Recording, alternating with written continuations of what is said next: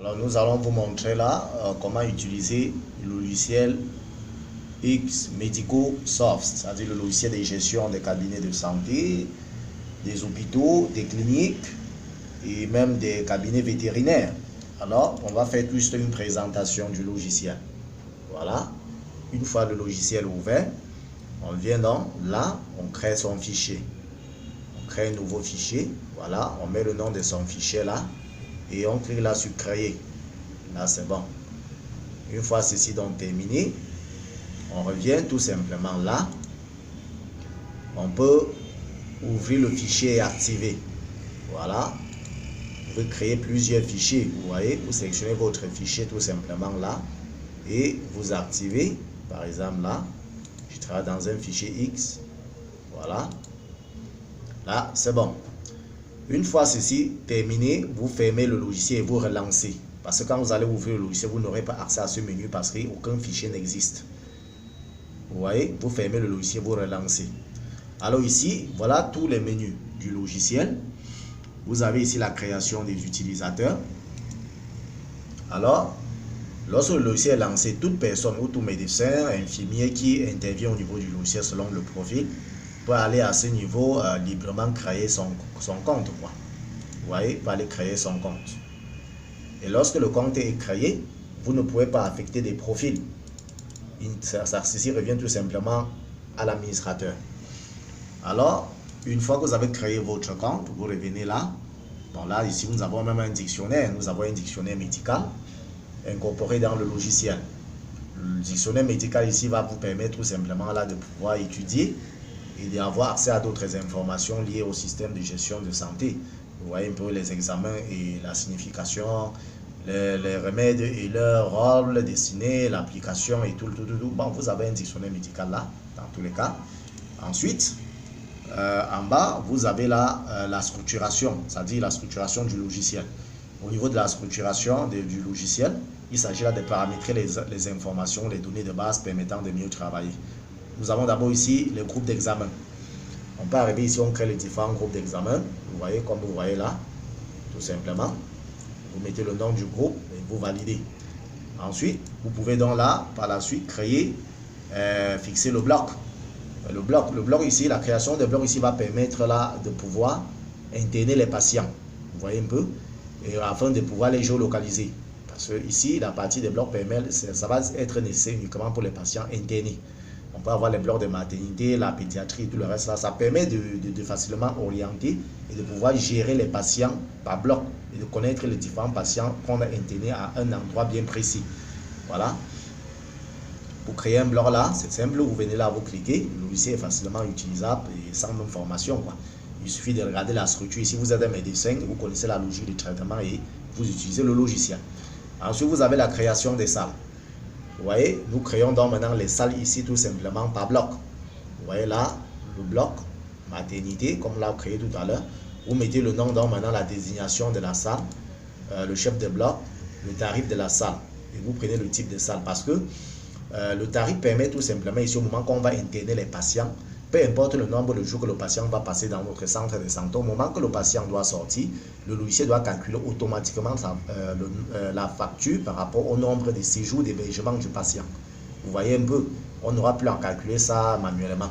Il suffit tout simplement d'interner un patient et le jour de sortie, vous validez la sortie et le logiciel donne effectivement le montant que le patient doit payer à la facturation. Tout simplement parce qu'on connaît le tarif de la salle où on a interné le patient. Voilà. Ensuite, vous avez là la fixation des types de consultation. Voilà. Vous avez la fixation des types de consultation avec les tarifs. Vous voyez un peu, on crée chaque type de consultation avec son tarif et on enregistre parce que ce qui est sûr, à un certain moment, on va commencer la facturation. Et chaque consultation effectuée sur un patient passe en mode facturation automatiquement avec le tarif qu'on avait déjà paramétré. C'est obligatoire. Il en est de même pour les examens. Ensuite, vous avez les types de maladies. Voilà. En ce qui concerne les types de maladies ici, ceci doit permettre là de suivre au fur et à mesure le patient. Et nous avons fait l'effort de mettre tous les types de maladies dans notre système afin de pouvoir, en cas de besoin, les récupérer directement et affecter au patient pour faire des analyses. Voilà. Ensuite, là, nous avons les types des examens réactifs. Voilà. Ici, on crée les types des examens. Vous voyez, vous avez déjà quelques types des examens là. Il y a dans le logiciel avec les tarifs, par exemple. On crée là avec les différents tarifs. On crée les examens avec les tarifs. Pourquoi? Parce que ça va également servir au niveau de la facturation. Voilà. Ajouter un examen, vous venez tout simplement, vous créez là, vous mettez à sa catégorie, parce qu'on a créé, fixé le groupe d'examen tout à l'heure. Voilà, si ça rentre dans la catégorie des réactifs pharmacie, vous mettez pharmacie, parce qu'ici on ne met pas seulement les examens, mais aussi les réactifs. Ça peut être les médicaments, les gants, les seringues et tout le reste là, parce que ça va permettre également de suivre même le stock. Vous voyez un peu, et vous validez. Ensuite, nous allons donc maintenant ici fixer les profils des utilisateurs. La fixation des profils des utilisateurs. Or, ici en haut, l'utilisateur a créé son compte librement. Mais ici en bas, on doit fixer les profils. Vous voyez, si je viens là, je clique sur cet utilisateur, docteur Fokam Dieudonné. Vous voyez, ça me montre son profil, tout ce qu'il peut faire. Lorsque je clique donc maintenant sur celui-ci, vous voyez, il n'a pas de profil. Si je vais affecter un profil à celui-ci, qu'est-ce que celui-ci peut faire? Je viens directement dans la liste des profils ici. Je vois fixation des salles.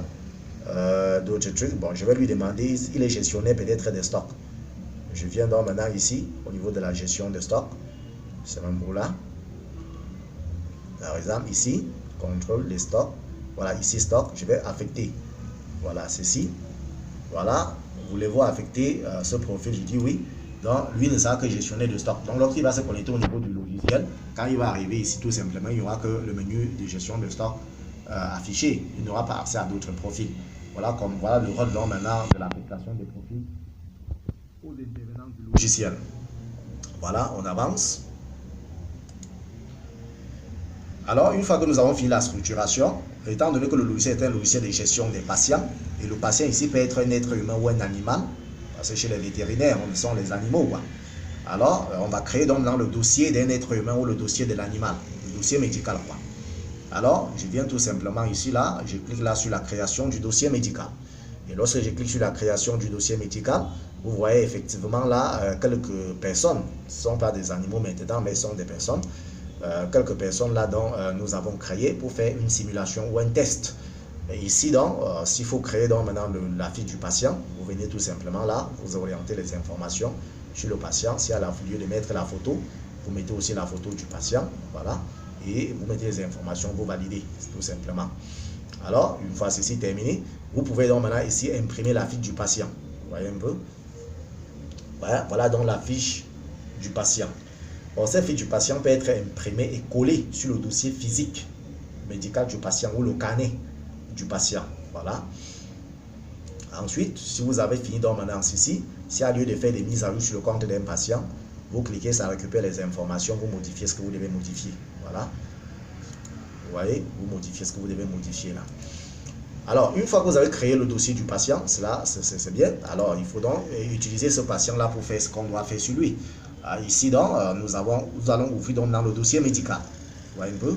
Ici, on ouvre le dossier médical. Alors, le dossier médical, donc maintenant, ici, du patient ou le carnet du patient, sera donc cette partie-là qui va permettre de suivre le patient au jour le jour en fonction de la raison d'être du patient dans notre centre de santé. Alors, à ce niveau, nous allons faire quoi? Ici, nous avons deux tableaux. Il faut d'abord donner le rôle de ces deux tableaux. Le premier tableau permet tout simplement ici d'avoir les comptes des patients actifs ou en cours de traitement. Ici en bas, nous avons le dossier des patients déjà fermé. Ça veut dire qu'il s'agit des patients qui sont déjà passés chez nous, mais qu'en principe, on a déjà fermé le dossier. On ne peut encore ouvrir que ce dossier au moment où les patients là vont encore repasser chez nous pour continuer les travaux sur eux. Alors, pour le moment, travaillons avec des patients ayant des dossiers actifs. Parce que pour fermer d'abord un dossier, c'est facile. Vous cliquez là sur fermer et vous fermez ce dossier et ça passe là en bas. Pour ouvrir un dossier, vous cliquez tout simplement là sur ouverture du dossier. Vous voyez, on peut réactiver ce dossier. Comme vous voyez, et ça remonte et vous continuez les travaux là-dessus. Alors, sur le patient, qu'est-ce qu'on peut faire sur le patient ici? Alors, on peut faire une prescription. Vous savez ce qu'on entend par prescription? Parce que là, je sais que je suis en train de m'adresser là au personnel de la santé. On peut effectuer un examen. On peut effectuer une consultation. On peut également interner un patient. Voilà. On peut interner un patient, on peut suivre le patient. On appelle ça la surveillance du patient. Imaginons vous internez un patient dans votre salle et chaque matin il faut passer de temps en temps prendre les paramètres. Vous voyez un peu? Et ces paramètres, on doit donc tout simplement ici noter. De telle sorte que d'autres personnes qui utilisent le même logiciel en réseau, à distance ou dans un réseau local, puis de temps en temps savoir ce qui s'est passé sur le patient au courant de la journée et par quel médecin, voilà, ou par quel infirmier, ou par quel personnel de santé. Ensuite, ici, nous avons là la sortie du patient. Ceci permet de libérer le patient. Et après avoir libéré le patient, les choses vont se passer. Nous allons découvrir ça tout à l'heure. Nous avons ici la gestion des rendez-vous. Ça veut dire qu'on peut planifier le rendez-vous d'un patient de telle sorte que le logiciel à tout moment puisse nous rappeler les patients qui doivent passer chez nous à telle période, à tel moment ou à telle heure. Et nous donner la possibilité même de rappeler même ce patient-là même par SMS. Alors, nous allons donc faire une petite démonstration pour peut-être parcourir un peu ce que nous avons déjà pu faire. Alors, prenons un peu le cas donc de la prescription. Au niveau donc de la prescription ici, nous avons là le patient. C'est le que nous avons positionné et à ce niveau la date de l'opération c'est la date du jour. Ensuite, qu'est-ce que nous allons prescrire chez ce patient? Nous avons ici directement la liste des médicaments. Vous voyez, on doit avoir la liste des médicaments en principe ici, mais ici nous avons le gant, seringue et tous ces trucs là. Oui, on peut également prescrire ceci. Pourquoi? Parce que c'est un patient interné, alors on doit établir la liste de tout ce que le patient doit acheter pour pouvoir suivre ses soins. Vous voyez un peu, s'il s'agit donc maintenant de médicaments à consommer, on doit tout simplement là prendre le médicament dans la liste. Mais nous n'avons tout simplement que ceci parce que dans la liste de structuration tout à l'heure là, nous n'avons pas créé tous les médicaments et autres qu'il fallait. Alors ici, c'est pour faire quoi? Cette prescription, c'est par rapport, peut-être, parce qu'on a bien dit ici en haut, médicaments réactifs. C'est par rapport peut-être au paludisme ou peut-être par rapport à autres maladies. Mais nous avons aussi vu tout à l'heure comment créer la liste des maladies. Donc voilà quelques maladies que nous avons créées et il faut donc maintenant faire des prescriptions pour suivre cela. Alors ici, nous avons donc maintenant le rythme de consommation de cela. Nous avons le dosage, le matin, midi, soir, ainsi de suite. Après avoir mangé, ainsi de suite. Vous voyez là. Alors je peux arriver donc ici, je peux m'actualiser même cette liste. Vous voyez, lorsque j'actualise même la liste ici, ça me permet là d'avoir tout simplement le dossier de prescription du patient. Ça veut dire quoi? Lorsque le patient passe chez nous et que nous avons suivi le patient même pendant 20 ans, on aura toutes les informations sur ce patient à ce niveau. Donc voici le niveau tout simplement lié à la prescription. Donc on aura tout ce qu'on a déjà prescrit sur ce patient durant tout le temps que le patient est passé chez nous. Vous voyez un peu? Et une fois ceci est effectué, on peut donc maintenant imprimer même cette liste de prescriptions. Il s'agit des médicaments que le patient doit rentrer avec. On doit tout simplement venir là, sur la liste de prescriptions là. Et vous voyez, par exemple ici, la liste de prescriptions du patient, paracétamol. Vous voyez un peu qu'on a prescrit par rapport au paludisme. Vous voyez, ça c'est un exemple. Vous voyez, on imprime là, on remet au patient, tout simplement. Donc, voilà les travaux qui doivent se passer sur le patient en ce qui concerne ça, la prescription. Ensuite, nous avons les examens. Je clique donc là au niveau des examens. Alors, si le patient a déjà subi un examen, on aura donc maintenant ici tous les examens nécessaires qu'on a déjà réalisés sur ce patient. Donc, on a le dossier. C'est pour ça que nous appelons ça le dossier médical.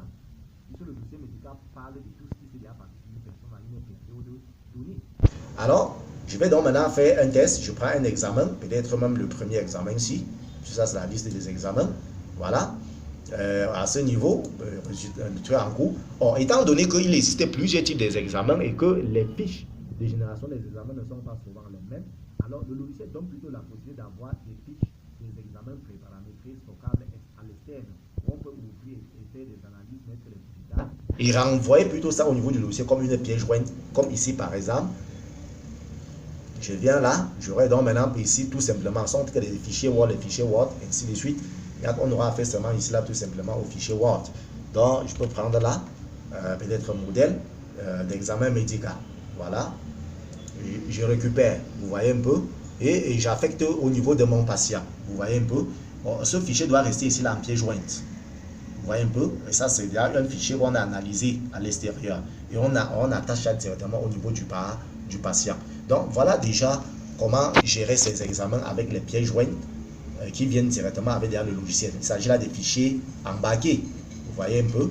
Et une fois donc maintenant ceci donc terminé, on peut tout simplement là fermer. Voilà, on peut tout simplement fermer. Et à chaque fois, on va donc maintenant affecter les examens du patient progressivement. Au point quand le patient arrive chez nous, on soit capable donc maintenant de reconstituer tous ces examens déjà réalisés. Et directement, comme nous avons effectué cet examen, à la facturation, c'est déjà positionné. Donc, quand on va arriver au niveau de la facturation, vous allez voir cet examen déjà positionné. Ensuite, nous avons la consultation. Au niveau de la consultation, c'est la même chose. Vous venez ici, vous prenez tout simplement, peut-être c'est une consultation par rapport à l'échographie. Bon, je ne sais pas n'importe quoi. S'il y a quelques descriptions, vous mettez la description là.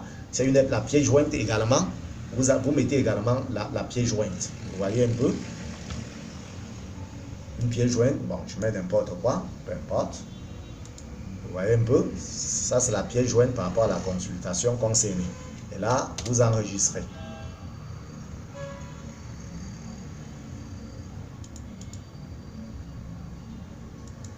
Voilà. Lorsque je valide, ceci revient là. Ça va aussi se positionner automatiquement à la facturation. Et vous voyez là qu'il y avait déjà eu certaines consultations sur ce patient. Parce que quand j'actualise, vous voyez tous les autres dossiers de consultation là qui apparaissent sur le patient. Vous voyez un peu. Et les différentes consultations que vous voyez le patient a fait la consultation, l'échographie, neurologie, machin, vous voyez un peu l'échographie également, ainsi de suite. Donc vous aurez tout le dossier du patient là que vous pourrez avoir accès plus facilement. Ensuite, vous avez là interner un patient. Voilà. Ceci, c'est pour les patients qui viennent chez nous et qu'on doit les interner. Et pour interner un patient, c'est plus facile. Vous venez tout simplement là, vous prenez le motif maladie, quoi, vous prenez, bon, le patient a été interné pour palu, peut-être pour fièvre, pour ainsi de suite, c'est vous qui connaissez. Je prends par exemple interné pour palu. Il a été interné quand? La date, c'est aujourd'hui, et directement là, je vais mettre dans quelle salle. Vous voyez donc la raison pour laquelle il fallait créer des salles. Je prends directement la salle numéro, bon, on l'a mis dans la salle numéro 1. Vous voyez, là, je valide. Alors, lorsque je valide, vous voyez également ici là que ça me montre automatiquement ce patient a été interné chez nous. Concernant les différentes dates, vous voyez les différentes dates, vous voyez, ça vous permet là de connaître comme si le patient vient chez vous pour la première fois ou pas. Le patient vient comme ça chez vous pour la quatrième fois et à partir, vous pouvez voir les différents motifs des différentes maladies pour lesquelles le patient a été peut-être interné chez nous. Donc voilà le dossier lié à l'internat de ce patient-là. Ensuite, vous avez là le suivi. Voilà, vous avez là le suivi. Or, le suivi ici, ça permet donc maintenant là, de la fiche de surveillance du patient. Et clinique du patient. Donc vous arrivez là, vous avez toutes les informations là, protocole, consultant externe, date de suivi, plan de gestion, examen CQR, site initial, vous voyez un peu le rapport et tout le reste de la collaboration, examen des rapports labo et tout le reste là, examen clinique. Donc voilà, vous devez compléter aussi toutes ces informations ici et de valider. Donc vous constatez donc ici là concernant cette partie, ce patient également a subi, vous voyez un peu, aussi une surveillance, voilà, une surveillance, également subir aussi une surveillance. Et après, donc maintenant la surveillance du patient, vous pouvez générer automatiquement la fiche de surveillance ou suivi médical du patient. Voilà la fiche de surveillance, vous voyez un peu. Donc, voilà ça. Voilà la fiche de surveillance de ce patient-là. Voilà, au fur et à mesure. Ensuite, il y a la gestion de sortie. Voilà. Le patient qui a été interné peut sortir. Vous voyez, quand je récupère ce patient automatiquement, on peut donc maintenant voir la gestion de ses sorties. Il y a d'abord eu une sortie de ces patients chez nous, une fois, c'était le 7-11. Et vous voyez, le patient a occupé la salle numéro 1. Et pour cette salle numéro 1, ça coûte 500 francs par jour. Par exemple, ça coûte 500 francs par jour. Alors, le patient doit libérer quand? Bon, la date de départ, vous voyez que la date d'admission, c'était le 2, la date de départ, ainsi de suite. Prochain examen, on peut donc maintenant fixer ici la date du prochain examen ou du rendez-vous. On peut mettre ici là même le 25, voilà, la date de départ. Donc, aujourd'hui, on peut proposer ça même peut-être même au 19, voilà. L'approbation, oui, le médecin doit mettre son approbation, motif de départ, peut-être pour guérison, motif d'admission et de départ. Motif de décharge, vous complétez, et diagnostic d'admission, vous mettez diagnostic de sortie, vous mettez et vous validez. Bon, ici, rien à signaler, c'est obligatoire. Voilà.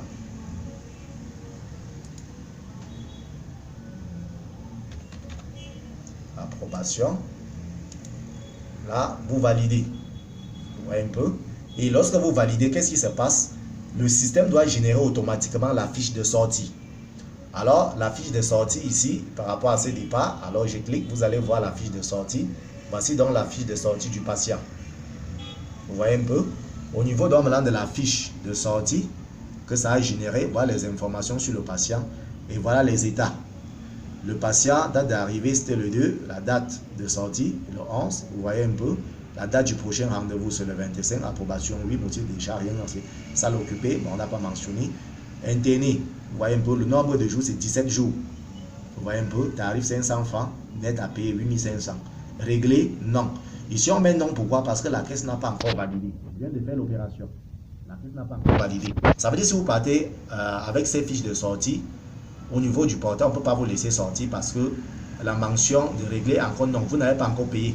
Et si c'est payé, en pression, on doit avoir le reçu des caisses. Et le médecin donc, qui a effectué la transaction doit être renseigné en bas avec son profil. Voilà comment ça fonctionne. Ensuite, vous avez la gestion donc maintenant des rendez-vous. Au niveau donc maintenant de la gestion du rendez-vous, vous pouvez donc maintenant avoir ici vraiment ce tableau qui met l'historique de tous les rendez-vous de ce patient concerné. Parce que nous sommes en train de travailler depuis là sur le dossier médical d'un patient. Vous voyez un peu? Donc voilà la liste des rendez-vous. Ce patient, vous voyez, voilà la liste des rendez-vous. Donc ce patient on a établi un rendez-vous le 3-11. On avait lancé un rendez-vous le 3-11. Et la date de rendez-vous devait être le 10.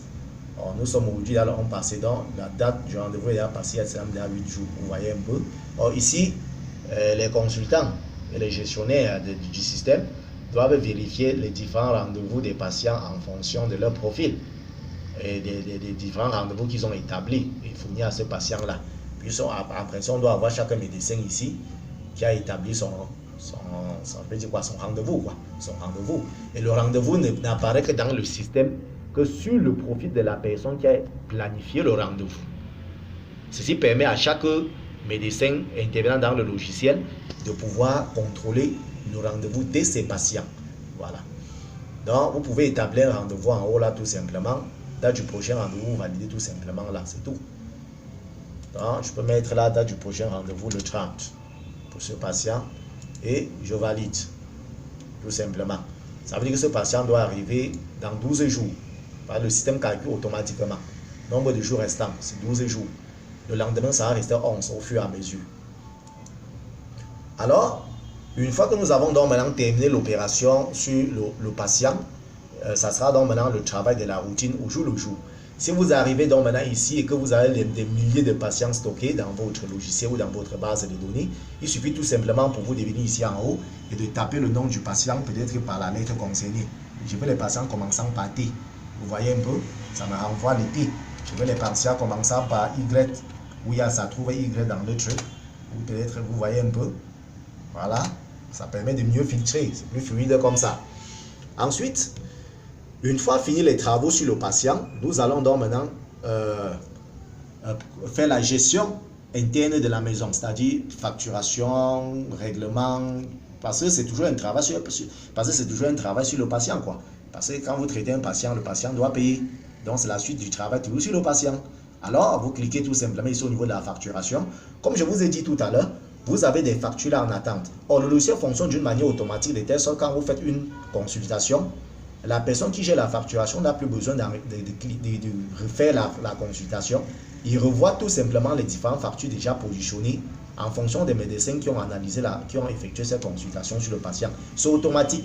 C'est pour cette raison qu'on a paramétré les consultations et les examens avec les tarifs. Et vous voyez donc maintenant ici automatiquement la facture de consultation. Vous voyez les différentes consultations là. Il y a 3 consultations qu'il faut payer. De 7 000, de 5 000 et de 7 000.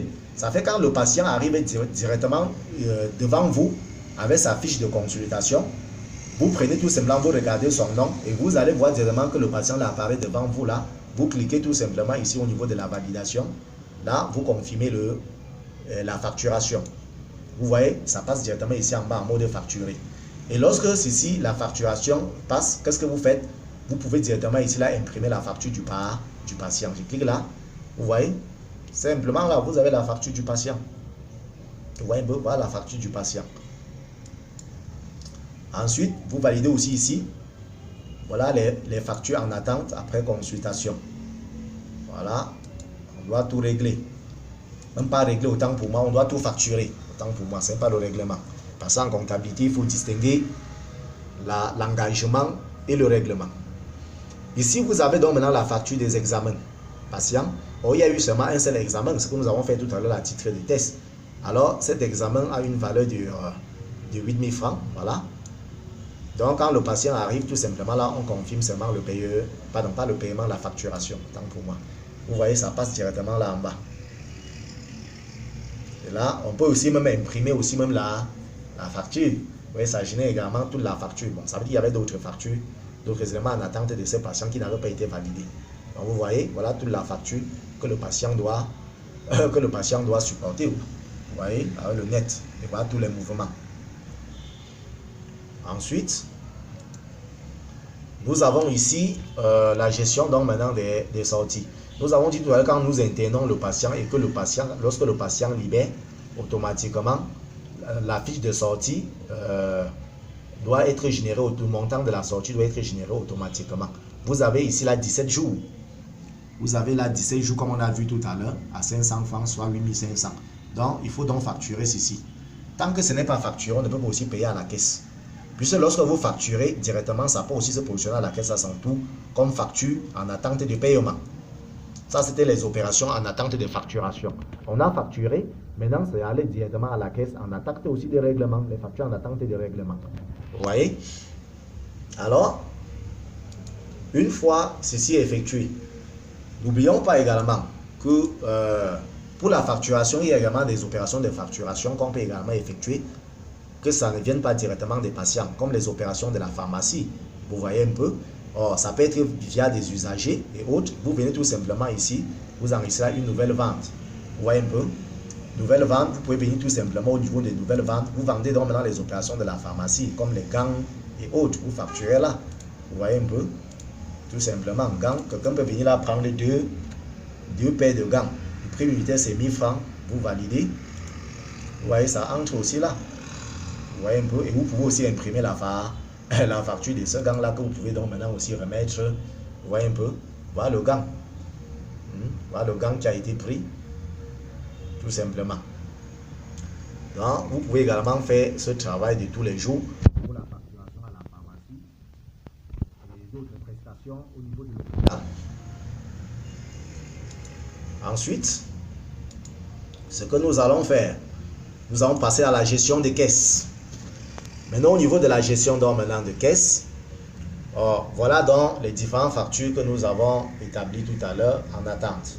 Donc, on peut venir tout simplement ici et on procède tout simplement là au règlement. Voilà. Voilà le règlement effectué. Voilà les différents règlements de la caisse. Voilà, au fur et à mesure. Voilà. Voilà les différents règlements effectués. Et vous avez en haut là les différents dossiers de facture.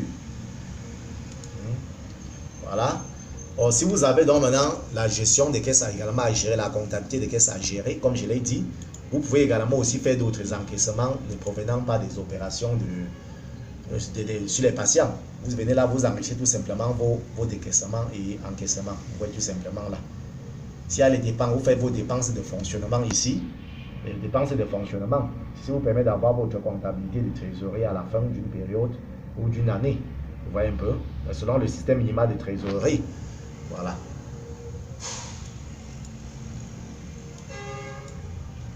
Une fois ceci terminé, vous avez la partie de la gestion donc maintenant des dettes.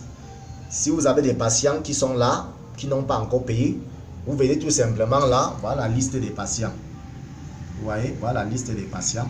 Vous pouvez sélectionner, cliquer sur un patient là, ça vous montre l'historique de la dette. Vous voyez quand je clique sur le patient ici, vous voyez ça montre l'historique de sa dette. Il a une redevance de 60 000, il a versé 14 500 et vous voyez en bas le reste. Vous voyez, voilà le reste, voilà la situation de leur dette en bas. Vous voyez un peu. Ici, il faut créer une nouvelle dette. Alors, je prends peut-être ce patient-ci. Je viens donc là, je mets sa dette de 70 000. Voilà. Je valide. Vous voyez, il a une dette de 70 000. Donc voilà, vous pouvez également suivre aussi les traitements des patients. Vous voyez un peu à tout moment. Ensuite, vous avez la partie sur la gestion des stocks. Voilà, vous pouvez arriver ici là. Vous avez la liste des produits de la pharmacie. Il y a seringues et gants comme nous l'avons créé tout à l'heure. Vous pouvez donc maintenant venir ici. Vous enregistrez les mouvements d'entrée et les mouvements de sortie. Et en bas, vous avez l'état de stock. Vous avez vos états de stock là. Vous voyez un peu. Vous pouvez gérer facilement vos stocks ici là. Ensuite, vous venez donc ici en bas sur la dernière partie. Il s'agit des états. Il s'agit des états. Mais avant de toucher les états, vous avez d'abord la partie des contrôles. Vous voyez un peu, contrôle des sorties des patients. Vous pouvez aussi faire le contrôle des sorties des patients là. Voilà, les patients sortis d'une période à une autre. Voilà, les patients sortis aujourd'hui. Vous allez voir. Les patients sortis demain, vous allez voir. Patients sortis peut-être même le 11. Vous allez voir. Or, ceci permet de contrôler chaque patient chez qui on a donné le quitus de sortie. Donc, les autres médecins, utilisant le logiciel, peuvent vérifier donc maintenant la liste des sorties des différents patients en fonction d'une date précise. Vous voyez un peu à ce niveau-ci, à ce niveau. Ensuite, là, vous avez le contrôle des patients internés. Ici, vous pouvez donc facilement connaître les patients internés. Voilà, quand je clique la première salle, ça vous montre la liste des patients encore internés. Vous voyez un peu. La salle numéro 2, vous voyez les patients qui sont internés là. Ça vous permet de contrôler les patients internés. Voilà. Ici, vous avez la gestion des rendez-vous. Vous pouvez facilement ici contrôler le rendez-vous.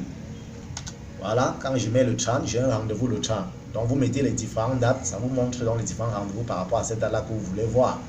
Tout simplement. Voilà. Vous avez ici la gestion des mails et autres. Contrôle des examens. Voilà. Et ensuite, vous pouvez contrôler maintenant les rapports de caisse.